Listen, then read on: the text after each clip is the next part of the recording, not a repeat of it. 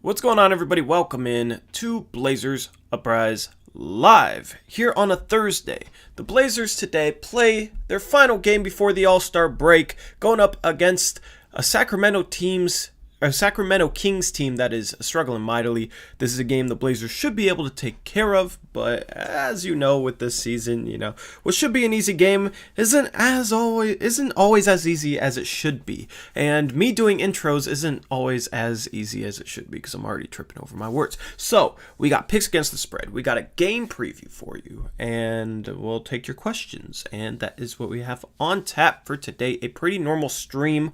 Now, before we get into it, Blazers Uprise Live next Monday will be at 9 p.m. Okay, because it's the middle of the All-Star break. There's no games. There will be no picks against the spread. It's a little bit easier for me to do it at 9 p.m. And I just figured, a little change of pace.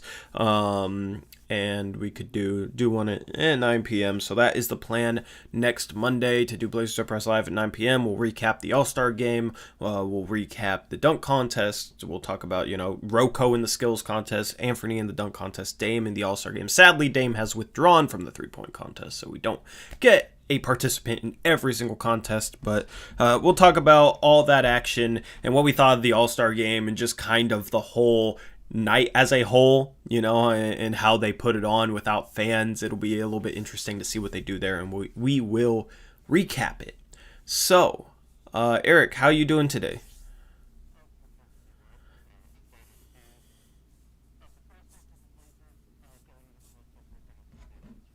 Yep, fingers crossed on that one. We got picks against the spread. Like always, we will start off with that. Are you? Oh, well, I'm glad we found out.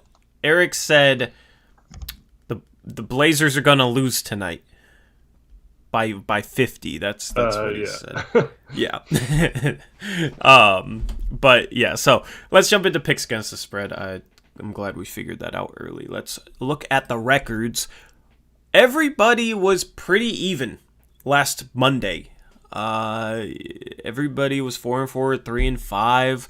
What's funny is you look at this, Eric, and look who has the best double down record. It's the person on bottom. It's Reese. It's just funny to look at there. Imagine if he didn't have those 11 extra wins. Oh, I know, man. I know. If he was 7-11 instead, he'd. Oh man, he's struggling to hang on even with that good double down record. Hopefully Reese can get some better luck, because I feel for him, man. He's been struggling. He's been doing better, a little bit better lately. We'll see if he can continue that trend. We got 9 games on the docket today, so a pretty jam-packed schedule. We haven't really had this many games in a while, so I'm looking forward to getting through this. First game of the day, we got Boston against Toronto, and Boston is an 8-point favorite. That spread seems pretty big to me. I assume there's some injury situation with Toronto. So if Reese has the info. They're still dealing with COVID, I believe. Siakam, Van Vliet, pretty much all the good players except for Lowry, I think, are out tonight. Hey, man, Lowry got to put that team on his back. This is an interesting... it's a pretty big spread. I figured, I don't really pay much attention to injury reports and whatnot, as you can tell, jumping into these. But seeing that 8-point spread was a bit surprising, but that makes sense. So I am actually going to take Boston in this game. I think they go into the All-Star break on a good note with a blowout win here over Toronto. Yeah, I don't like Boston getting 8 points, but yeah, I'm gonna go with them as well. All right, kind of a weird game to pick. Not a confident bet for Boston. Definitely will not be my double down.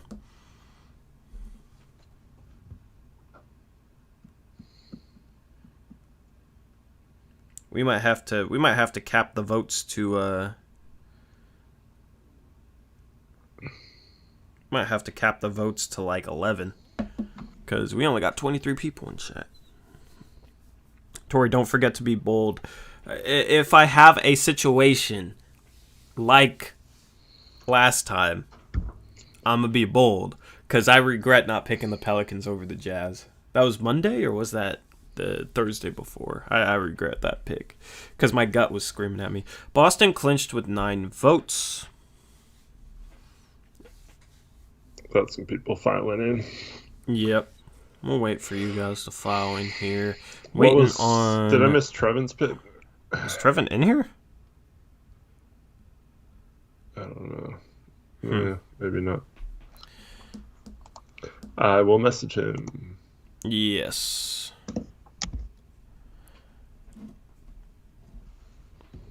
Reese went with the Celtics as well. Chat's going to go Celtics. Would like to get a vote total on them for the possible double down.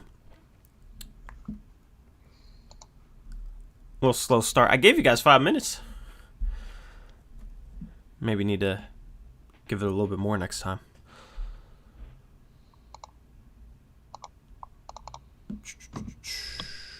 All right. Trevin is here. He is going Celtics. There we go. If you have if you have a vote count on Boston, feel free to drop it, and we will move on to Washington versus the Clippers. Interesting game. Clippers are 5.5-point favorites. Washington has been playing decent basketball lately. We saw that firsthand on the 20th when they took care of the Blazers. The Clippers, of course, have been playing well all season, sitting at 24-13. Trevin is going to go with the Clippers. Saying Kawhi is good to go. We'll check on Paul George. How many votes does Boston have before that last vote, Westbrook? Just drop it. If it's like 9-5, just drop the 14 vote total for them. All right, Paul George does not have an injury designation. Alrighty. And it looks like Marcus Morris is out. Yeah, this is a tough game because Washington's been playing better, but I feel like that's reflected in the spread only being 5.5. I also feel like a team like the Clippers could coast going into the All-Star break. Mm-hmm. You know, but defensively they have the guys to stick on Beal. So for that reason, I'm going to take the Clippers. Okay, I'm also taking the Clippers in this one. We going to get another clean sweep here? Not sure. Trevin is going Clippers. It looks like Chet is leaning Clippers. Reese is going Clippers. Another clean sweep, it looks like. Drop your votes in chat so we can get a 15 vote total. That's how we calculate chat's double down. I don't know if my chat is like stuck or what.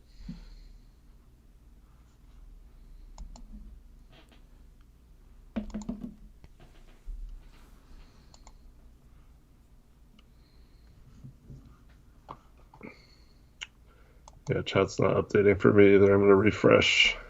Yeah. Or it's just dead chat, dead channel, dead chat, Ben. Nope, it wasn't. Yeah, we got 4, 5, 6, 7, 8.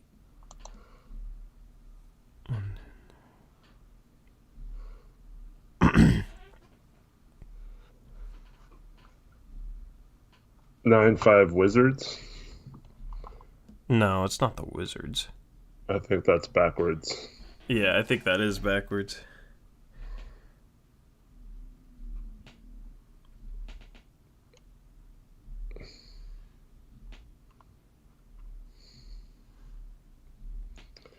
No, Leo. It was 10. It was 10. It was 10-5 for the Clippers. For Okay. Chat. 10-5. All right. Put that in. Let's move on to game number 3. You got New York taking on Detroit. This game is being played in New York City. I just had the New York. Normally I have the home team on the left. I messed up with this one, but New York is indeed the home team. They are a 6.5-point favorite at Madison Square Garden. They're 18-18. They've been playing decent basketball. Ooh, what's up? Real quick, Westbrook voted for the Wizards actually. Did last he? night. Yeah. Oh, well. There you go. Can always count on Westbrook to like go against the grain enough to just, split up the clean across the board vote. I actually appreciate it because across the board votes are boring.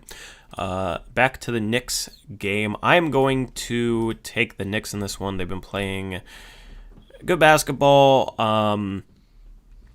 Tom Thibodeau, definitely top 3 coach of the year. He's done a really good job with that team. 6.5 points is a bit. It's a lot, but I'm comfortable taking the Knicks in this one. Yeah, Pistons played last night, and they're without several key players, including Jeremy Grant, I believe, is out for this one. So I'm taking the Knicks as well. Derrick Rose is also out for the Knicks. Man, are these easy spreads to pick? I don't know. I was looking at the games, and it didn't seem very easy to me. But yeah, seems pretty consensus. Trevin's also going with the Knicks.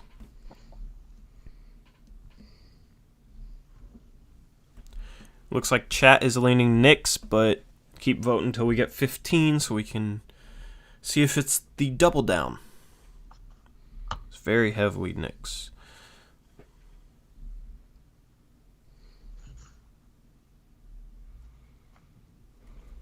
Yeah, 14-1 Knicks.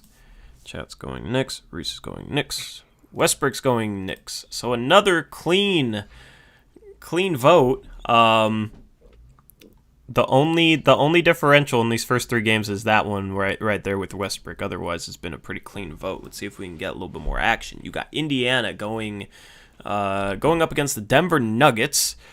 This game being played in Indianapolis. Denver is a 4.5 point favorite. Reese has already voted Nuggets. Trevin has already voted Nuggets. I'm also taking the Nuggets. Eric's taking the Nuggets. I will also take the Nuggets. It's 13-2 Knicks, by the way. Yeah. Paul George was just a late scratch in the Wizards game. You want to go back to this? Does anybody want to change their picks? I don't know. I feel like we'd have to do all the chats. Because I kind of want to change mine. But I don't know. If mods, chat's in the lead. They don't need to change anything. But if any of you want to change your picks, let me know. I'm going to change mine to the Wizards. Make it a little bit more interesting. If there wasn't clean votes on 1 and 3, I probably wouldn't be changing my picks. But I need to create a little bit separation between me and like all of you guys. So I'm changing mine to the Wizards. All right. Well, let's finish the Denver. Yeah, sorry, Pacers I vote, kind of threw a wrench in that. Because we're gonna have to re-vote for chat. Yeah. So, yeah.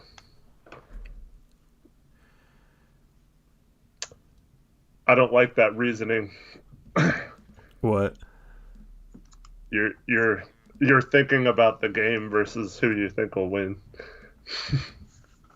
What do you mean? Nothing. The different colors look good. I'm glad. A little spicier. 9-6 for the Nuggets. Westbrook, did you pick yet? Reese, you're changing to the Wizards. All right, we'll go back to that game. Because that's a very important scratch. I wouldn't do it if it wasn't a player like a Paul George. Watch, it's going to be a clean vote for the Wizards. Unless Reese is messing with this. What's up, Gordon? What's Westbrook's pick on this? Nuggets. Nuggets. Another clean sweep. Let's go back to Washington since Paul George was just ruled out for this game. This game is tipping off in about 10 minutes. Paul George was a very late scratch. Chat, re-vote for this game. Reese is changing it to the Wizards. Torrey changed to the Wizards. I changed to the Wizards. I'm sticking with the Clippers. All right. Cool. Get some differential.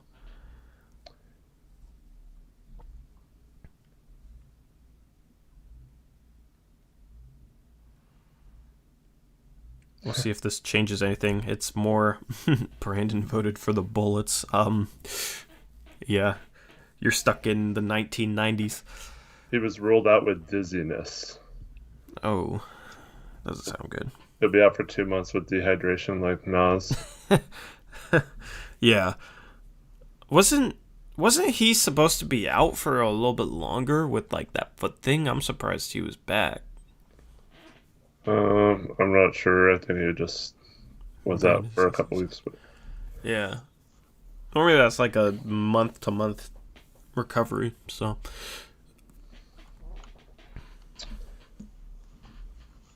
Sammy Boy's voting Nuggets. Sammy Boy needs to scroll forward in the stream. He's a little behind.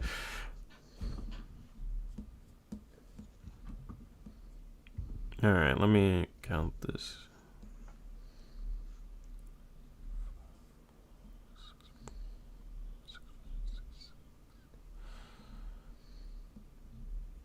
Right now it's 8-6 for the Clippers. 8-6. I counted the Bullets pick, Westbrook. But, 8 is the majority. So Chad is staying Clippers. Okay. And it's not going to be their double down. So, 8-6 was that final vote. Sounds good. Alrighty, cool. There. Gave you guys a chance. You know, you guys wanted a chance to change your vote, and then you didn't even change it. So, I don't know what that was about. But let's move on. 2 out of the 14. I know. Let's move on to game number 5. At least we got a split vote. 3-3 vote there. Memphis is taking on Milwaukee. Milwaukee's a 6.5-point favorite on the road. I am going to pick last. I'm taking the Bucks. All right. If there's any injury situations, let me know. Yeah, for real.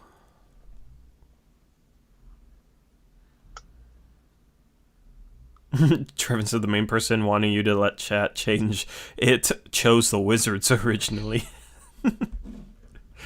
Trevin's going Bucks.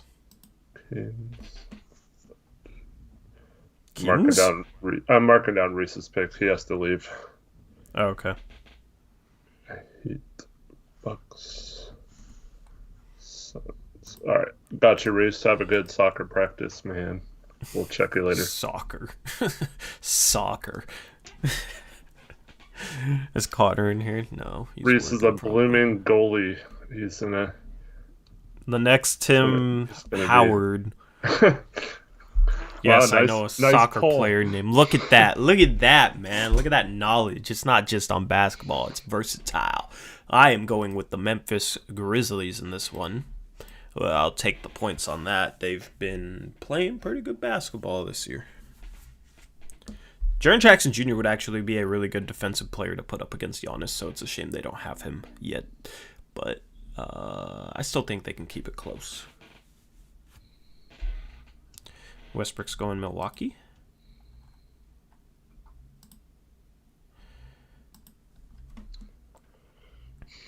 Liverpool suck. When is Harry Giles return? No idea.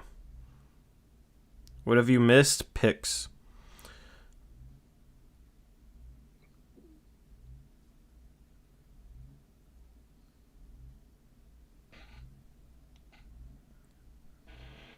Eight 7 for the Bucks. So almost another clean vote. You guys gotta switch it up.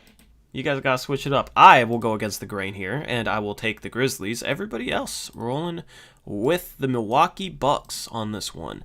Let's move in. Double down now. On the. Nah. Okay, based on these picks, I am being extremely bold by taking the Grizzlies here. I mean, like, look at this. Yeah. Look at that, man. Let's hope we get some entertainment, some drama. We need it. Here you go. This might be the game for it. New Orleans is taking on Miami at home. They're a 2.5-point favorite. Curious what the injury situation is on this one. If there is an injury situation. But the Pelicans are 2.5-point favorites. They've been playing okay lately. Miami.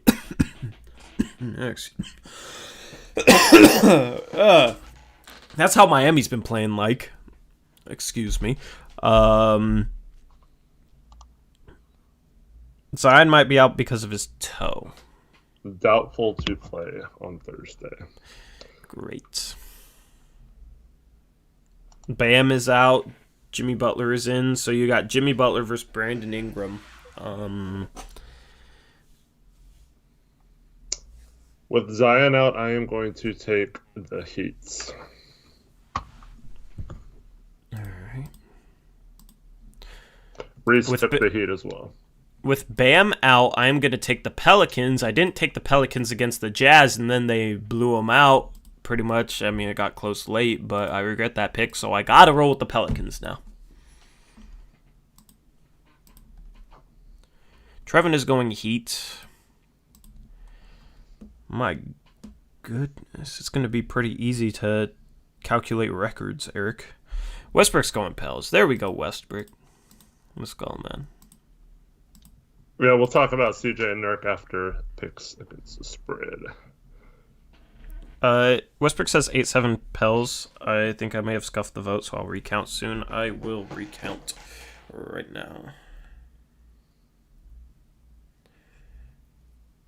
Where we go? Where is it? Yeah, I've gotten burned by the Heat a bunch of times this year. That's correct, Belgian, but...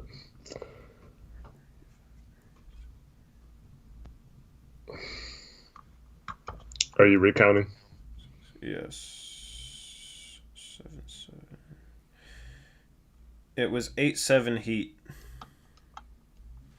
It was 8-7 Heat. And then there was a bunch of Heat picks after that. So chat is going with the Heat. Me and Westbrook are the only people feeling bold. Yeah. Is there... Okay, hold up. Let me just look at something. So Eric, chat, and Trevin are just straight up copying each other at this point. Yeah. Except for I've had my pick in before chat. No, I know, but all 6 of your guys' picks are the same. So we'll see. We'll see if we can change that trend. We got 3 games left to do it.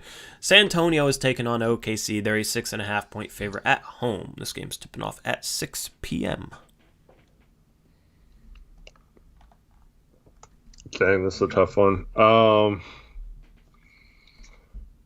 am going to take the Thunder and the points on this one.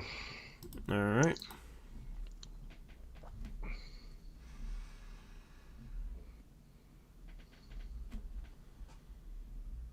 Trevin is taking the Spurs. There you go. There's some differential. All right, cool. Trevin decided he's going to miss a game. There's what? Trevin's first loss. Nah, Trevin's 9-0.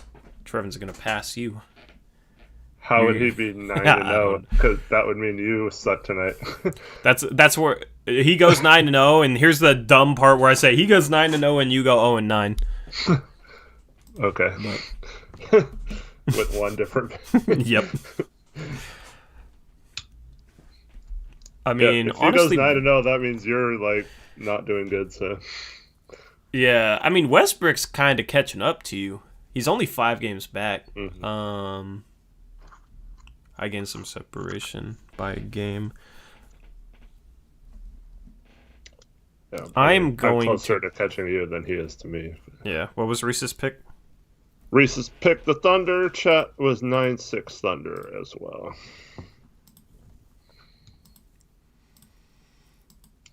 I'm also going to take the Thunder. So Trevin out on an island. Props to him for being bold, taking the Spurs here. This is honestly definitely not going to be my double down pick. I was on the fence about this one. Let's move on to game number 8. Here's where things might get spicy because you got Portland against Sacramento. Portland is a 4.5-point favorite. Actually, everybody's probably going to pick Portland. But we'll see. I'm not picking yet. Reese took the Kings. Oh, wow. Okay. I am going to go with my thing until it doesn't work, and I am also taking the Kings. Well, because you took the Kings, I am going to take the Blazers. All right. You're gonna take the loss to help the Blazers win, and I am going to reap the benefits.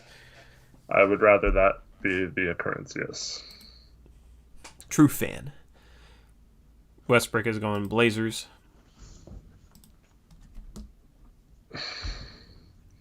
I do feel like this game will be closer than it should be, to be honest. It shouldn't be, but yeah. Yeah. Trevin went Blazers. In chat. Although, do you see Trevin say you fell off? Yeah, I'm just gonna ignore Trevin.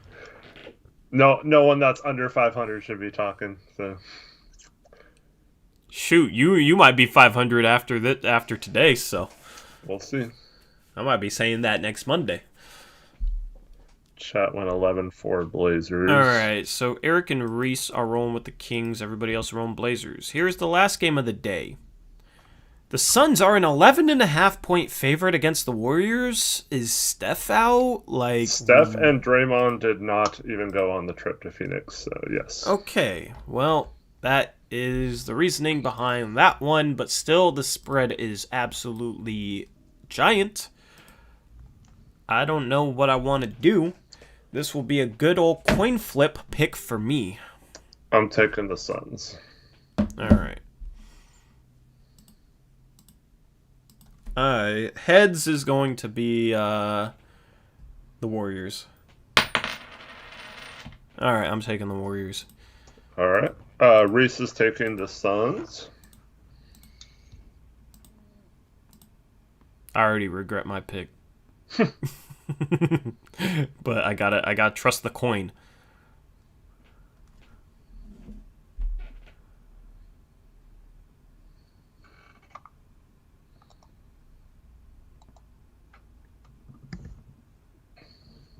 Actually, no, screw the coin. I hate the coin. Heads should be the home team, right? Isn't that how it is in the oh no, they call it. Yeah, I'm not feeling bold. I think the road team calls it. I'm having deja vu with the Utah Jazz pick, but at least the Pelicans had their players. Yeah. Kent Bazemore about to drop 30 and prove me wrong. 13-2 Suns. All right. And then Reese had the Suns, you said. Trevin has... I haven't seen Trevin or... the Suns. Westbrook has the Suns. Okay. Cool. So clean sweep for this game. Let's go back through the picks. You got clean sweep for Boston. Boston was an 8-point favorite. Toronto was without a ton of guys. Split vote on this one with the Clippers being a 5.5-point favorite. The clean sweep on the Knicks. Second clean sweep. Clean sweep on the Nuggets. You had 5-1 vote for the Bucks. You had a 4-2 vote for the Heat. You had a 5-1 vote for the Thunder. You had a 4-2 vote for the Blazers and a clean sweep for the Suns. Let me know what you guys want to do for your double downs. All right, so chat had 2, 13, and 2 ones. So we have a runoff vote for either the Knicks or the Suns as chat's double down. Yep. Pick So Knicks pick or Knicks or Suns in the Suns. chat, depending on who you want to double down on. Let me know if you want to see any spread mods or if you guys have your double down picks. So Westbrook is doubling down on the Suns. All right. Here comes all the clicking. Trevin's doubling down on the Knicks.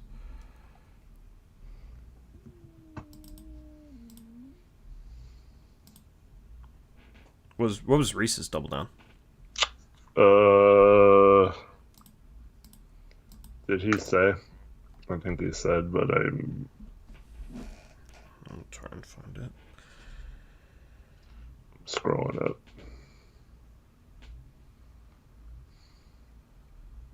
Nuggets. Okay. I don't know who I want to double down on, man. 8-7 Suns, so chat is going with the Suns. another close boat. What just fell? Some of Maddie's crab.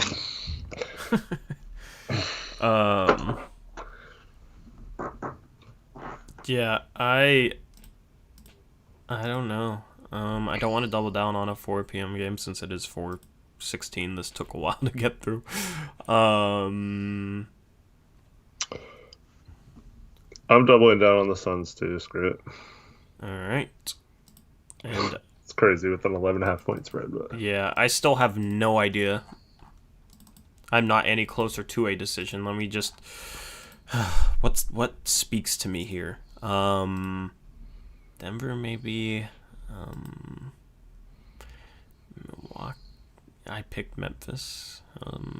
So there's your chance to make up 2 games in one. You know what? Screw it. I will double down on Memphis. Nice. Just to be bold. All right. Somebody told me be bold today at the start of the stream. I am taking their advice to heart. I am doubling down on the Grizzlies against the Bucks.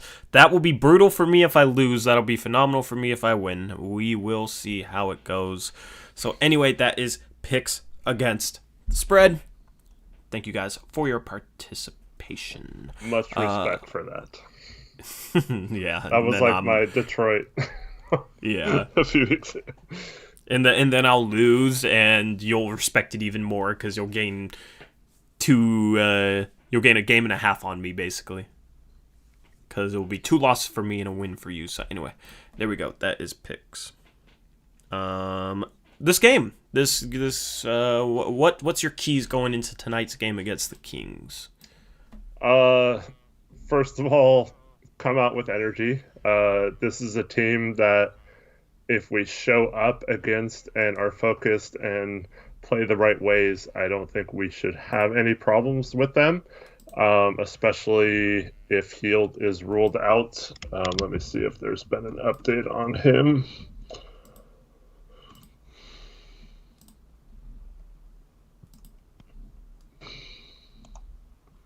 Trevin, why'd you time out Belgian Blazer, bro? Why did you time him out, man? So, as of right now, he's still questionable. I'm guessing they're going to hold him out just to get an extra day of rest before the All-Star break. Is he in the 3-point contest? I don't think so. I think most of the participants are in the All-Star game. Joel says Halliburton is out. Halliburton's out. That's a big loss for them. Whiteside's out. Whiteside's out. Okay. I mean, if they don't have Hield or Halliburton, that's really rough. It's basically De'Aaron Fox against the world then at that point. And Harrison Barnes can't let him go off, but not really worried about it. Me too, and Jabari Parker are out as well. Trevin said Belgian Blazer said something when he first got here, and that's why I give him a 5-minute timeout. I have no idea what the deal was. Cannot let my mods get too power hungry, get too jaded by all the power they have in this community. But, Trevin, I don't know. You do you, bro. You gotta slow down De'Aaron Fox. The problem is he's been shooting the ball well enough that you kind of got to go over screens at this point. He's kind of been an inconsistent shooter throughout his career, but he's having a decent year. He's only shooting 34%, but he's good enough to get going. If he sees one fall, he's good enough to get going from there.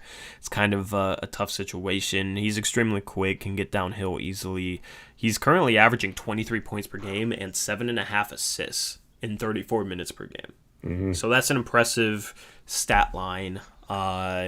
He's been, I don't know, he's just not the most efficient scorer. He's 52% inside the arc. He's decently efficient from there. He gets 6.5 free throw attempts per game. He can get to the line, but he only shoots 68% from there.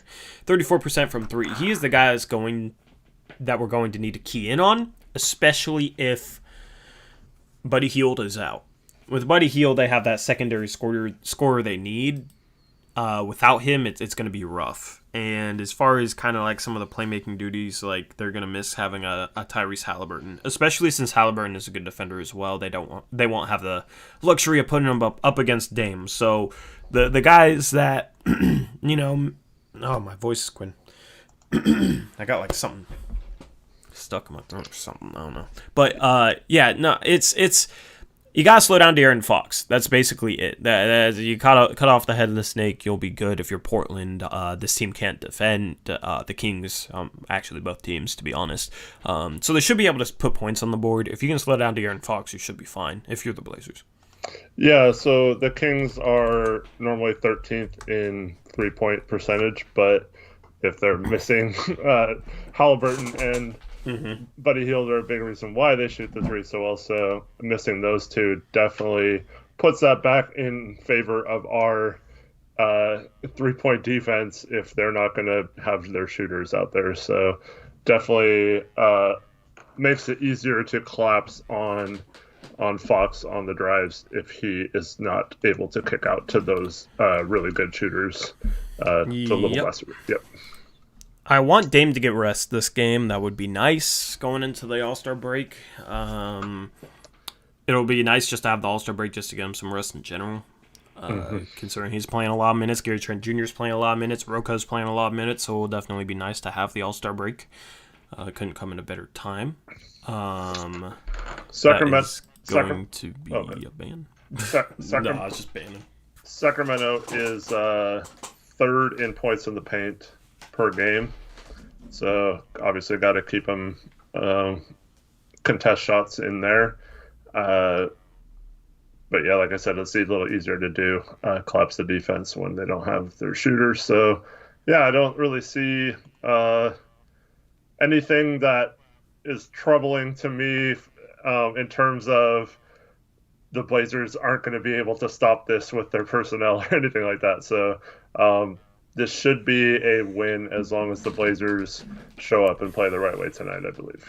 Yep. Probably not going to be as, Twitter finger heavy as I was last night. Just going to throw that out there right now.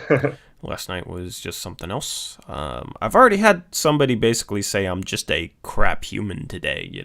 Just good old Blazers Twitter never lets me down, Eric. Apparently I'm a crap human because I said Dame can handle criticism. But if I said Dame couldn't handle criticism, then I'd also be crappy for that. I don't know. Twitter is just another beast. But hopefully this is a game where we're relaxing and it's not something where you see a bunch of ridiculousness on Twitter because we're up 20. Thing is, there's always ridiculousness on Blazers Twitter. So we'll see. We'll see how tonight goes in that regard. If you don't follow us, what are you doing? You need to. At Torrey Jones YT for me, at Hoopshark for Eric.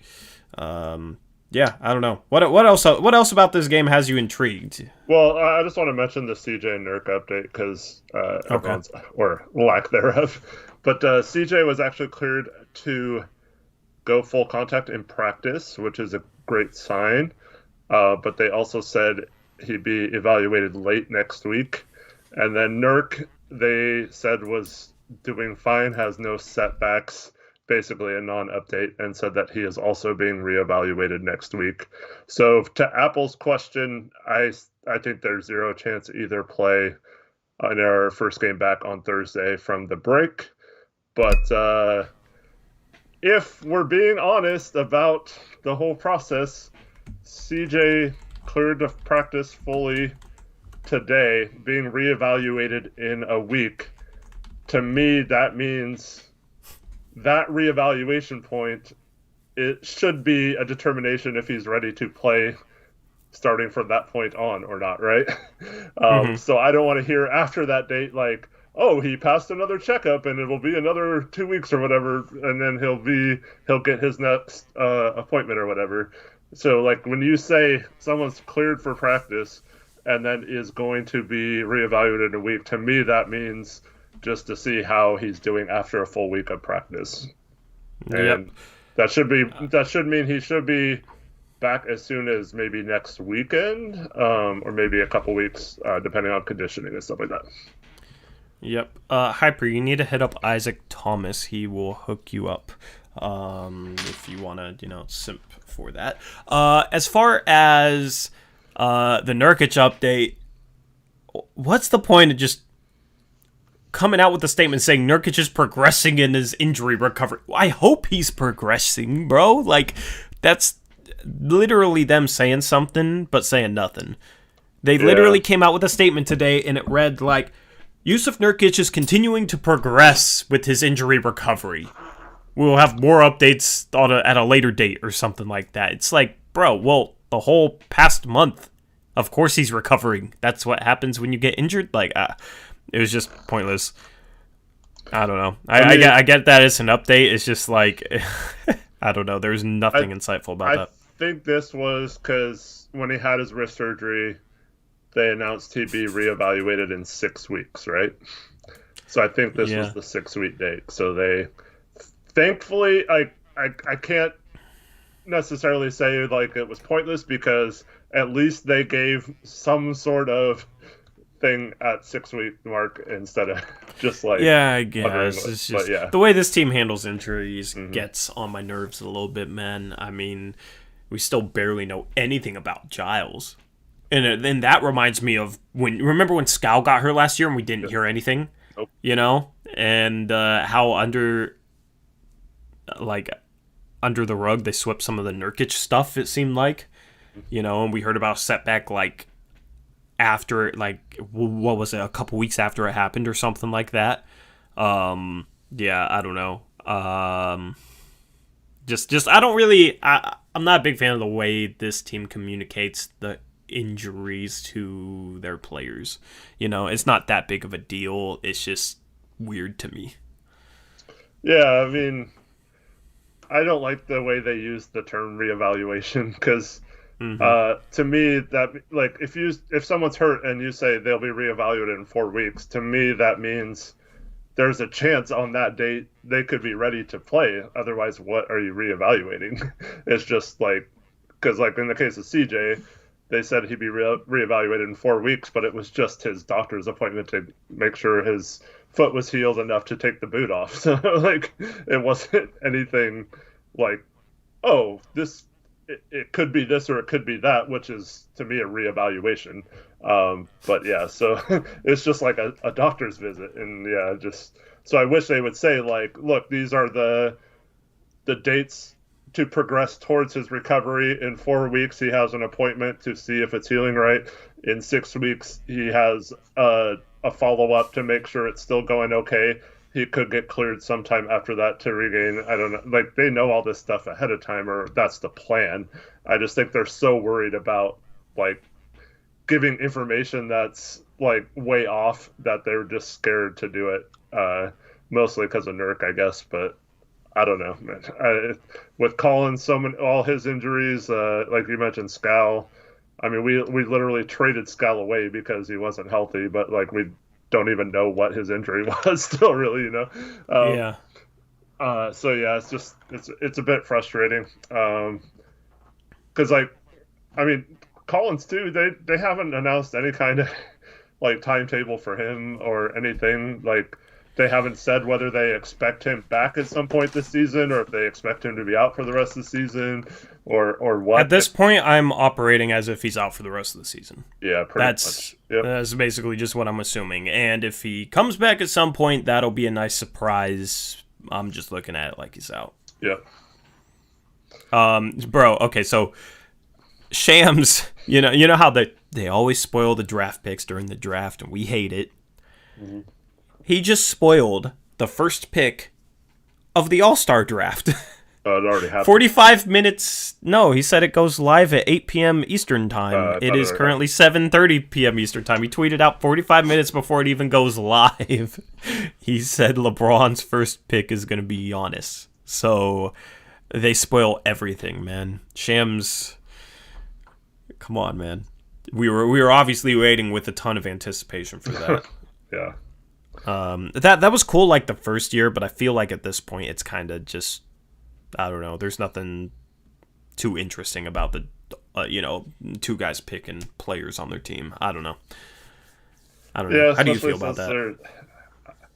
See, I don't get why, if you're gonna pick teams, why it has to be East and West then. Like, why not just have the 24 best players? Uh, Exactly. Dame 'cause- would be a starter. yeah, because that's what bugs me about it. Because, um, like, if you're gonna vote, like, yeah, on East and West, like, then it has to be East versus West, in my opinion. I don't like mixing up the teams, but that might be a little bit of get off my lawn type thing because I don't really like change that Yeah. much. But Yeah, and there's just no hype around it. Like normally in a normal year, we would like on this stream we would pick, the winner of the 3-point contest, the winner of the dunk contest, All-Star game MVP. I mean, if we're biased, we'd probably pick Dame, you know what I mean? But we would pick the stuff for the All-Star weekend.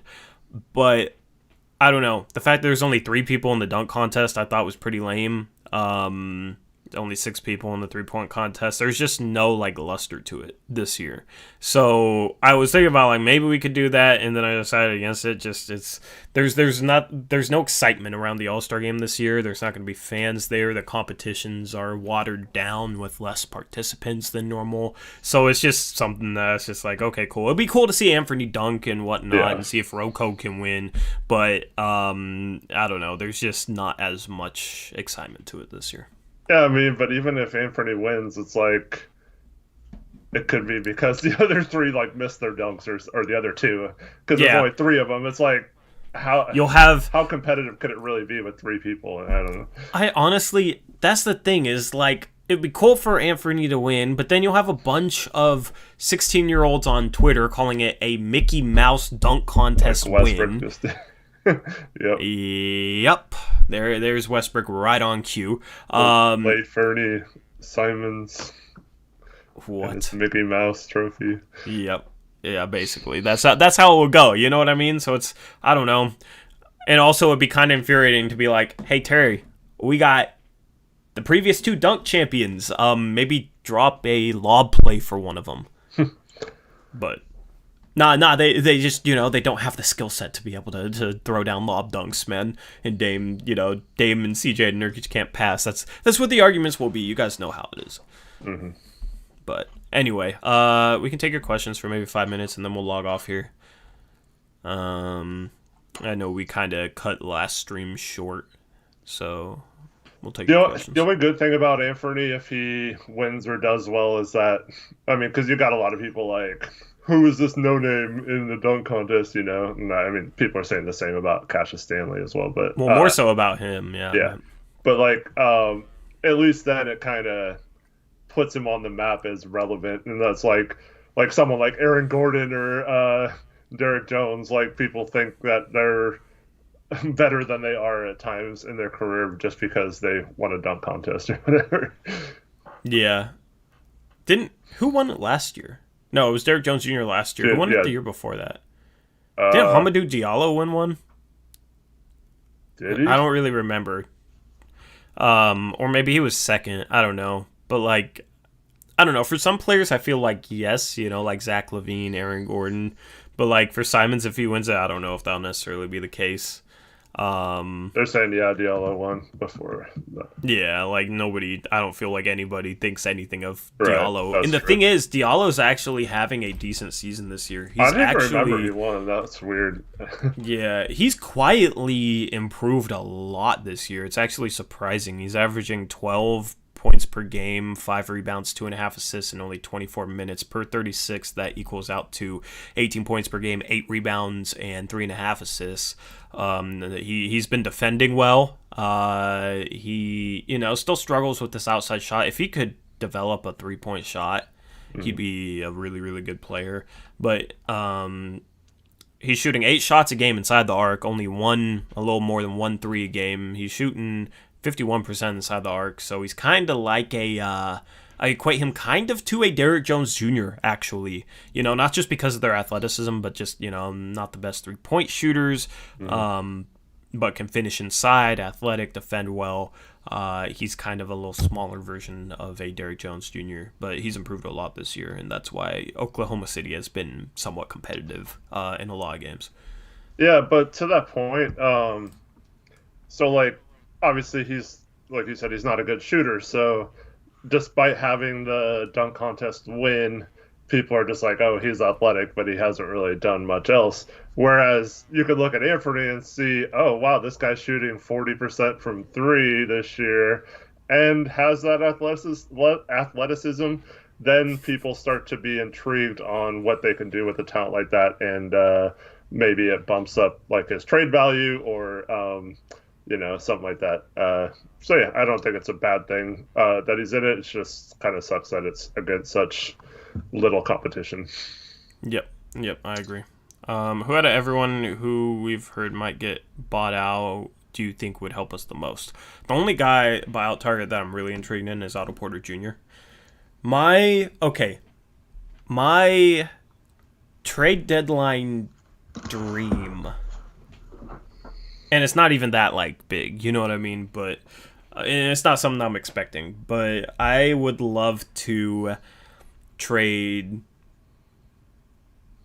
Rodney Hood and Cantor for Thaddeus Young.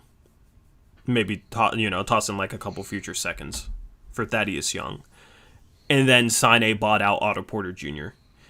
and keep the starting lineup the same, but then have a bench lineup with Trent, Nasir Little, Otto Porter Jr., and Thaddeus Young.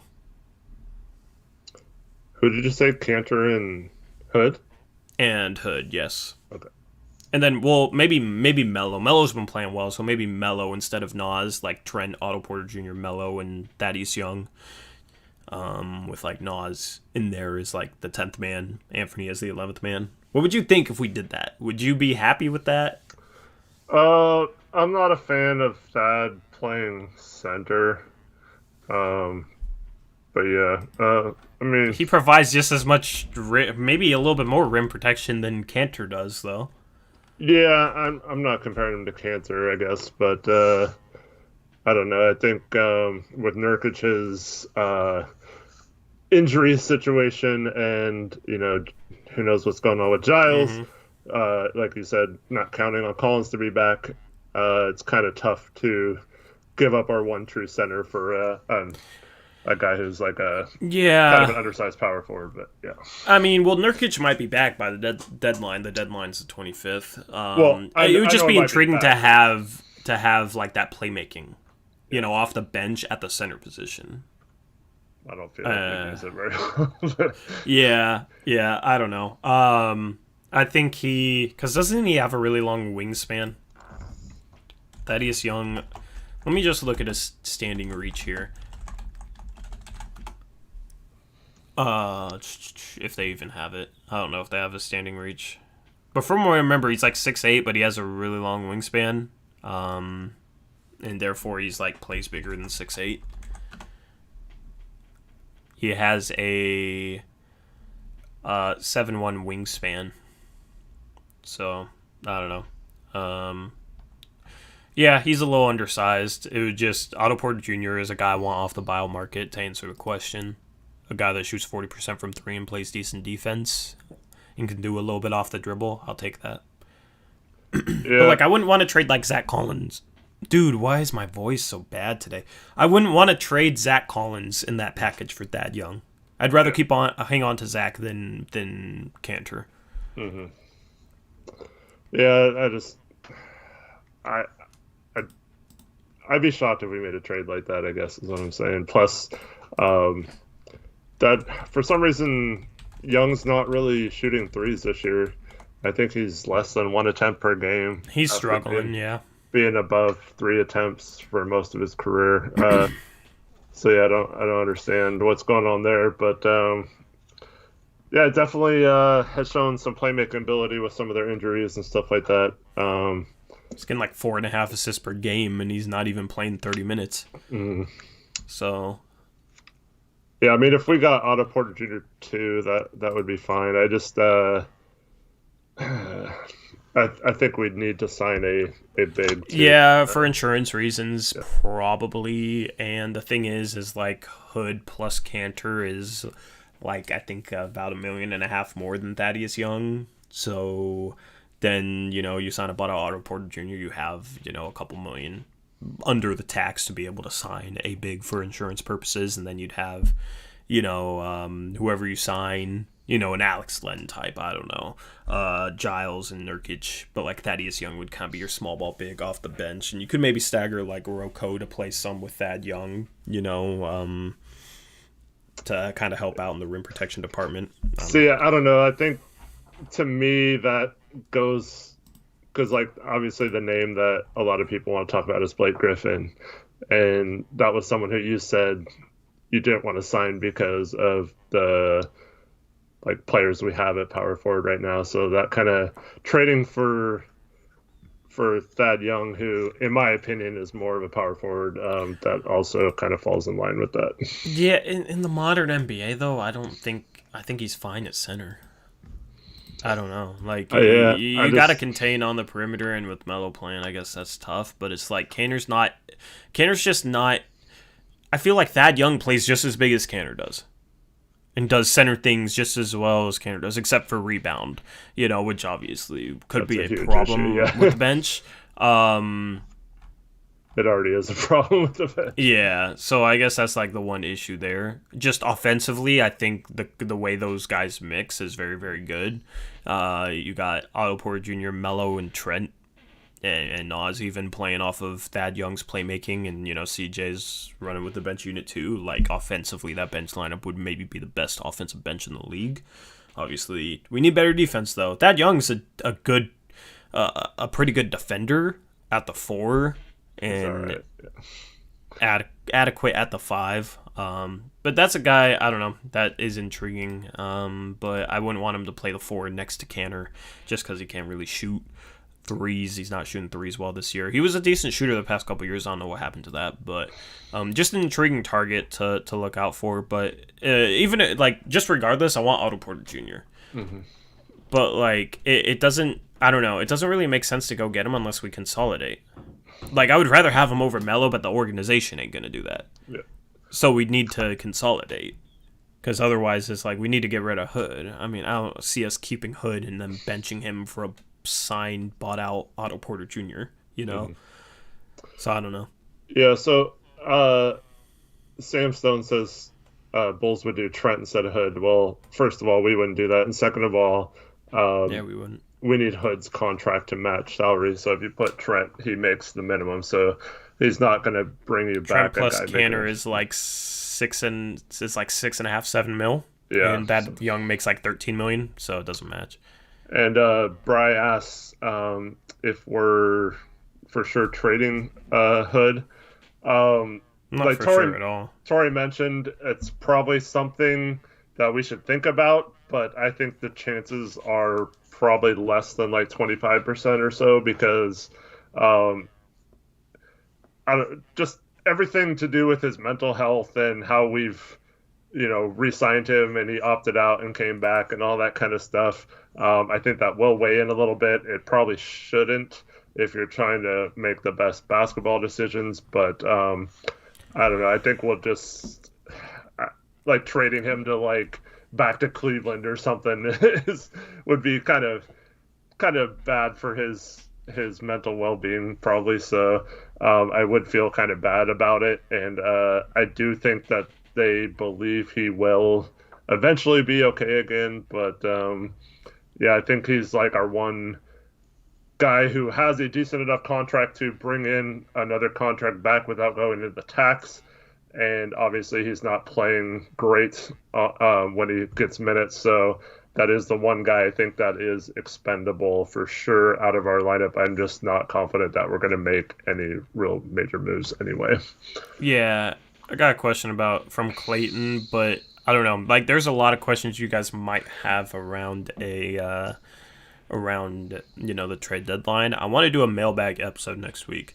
So if you have, I will post a prompt. If you have questions like about the trade deadline or how like things work, like your question, Clayton, would be a good question to ask on that. And I can put that into a video and make sure I like describe it well and in a way people can understand, because it is a little hard to explain and it does take some time. So we'll do a mailbag next week. We'll post a prompt like today or tomorrow or some point this weekend looking for questions. That'll be in the community tab. I'll also tweet out on the Blazer Surprise Twitter page when I post that prompt in the community tab. So stay tuned for that. Ask those questions there about, trade deadline stuff, because it is kind of ramping up close to it. We're not going to be doing anywhere near as much surrounding it leading up to it, just because we don't expect much, but it would be good to do a video to explain that, and then maybe once we have more time in a stream to answer all the questions you guys might have about it, because you know how it is, Eric. There's so many it's such a complicated thing, especially when you start talking about CBA, that I don't know, we could talk for an hour and a half about it. Basically, what I like to think of this year in particular, if the Blazers are taking back more than, say, less than $1 million coming back to us than is going out in a trade, it's probably unrealistic, because I don't think they're going to go close enough to the tax to where they can't sign someone in the buyout market or 10 days or whatever. And so if you see a trade where it's 3 guys for someone making $25 million, but our salary going out only adds up to $20 million, while that does work on paper, I just don't think the Blazers will be interested in making a move like that. Yep, that's a good way to look at it. So that's going to wrap up the stream. We got a game tipping off in around 2.5 hours, so we will catch you with the post-game show, our last post-game show, until a week after that. We got the All-Star break coming up, so definitely tune in tonight for our final post-game show before the break. I hope to see you guys there. Thank you for tuning into this channel. You guys are the real ones, because you guys come over and join us over here on our second channel. It means a lot to us. We'll see where Dame gets drafted in this All-Star draft. We'll see how this pans out. We'll see if there's any good TV moments out of this, like there has been in the past, especially with Giannis. Too bad Giannis isn't in it, because Giannis is definitely was entertaining in the past as an All-Star captain. But yeah, we will catch you guys later tonight. Anything you want to end with? Nope, just go Blazers, and I hope we, like I said when I was muted at the beginning of the stream, hope we go into the break tonight with a happy stream on a 3-game win streak. Yep. Or win the game and be annoyed at the way we won. It might be one of those two. We'll see. The only way you can find out is if you tune in. So we hope to see you there. So until later tonight, hopefully Blazers can take care of business.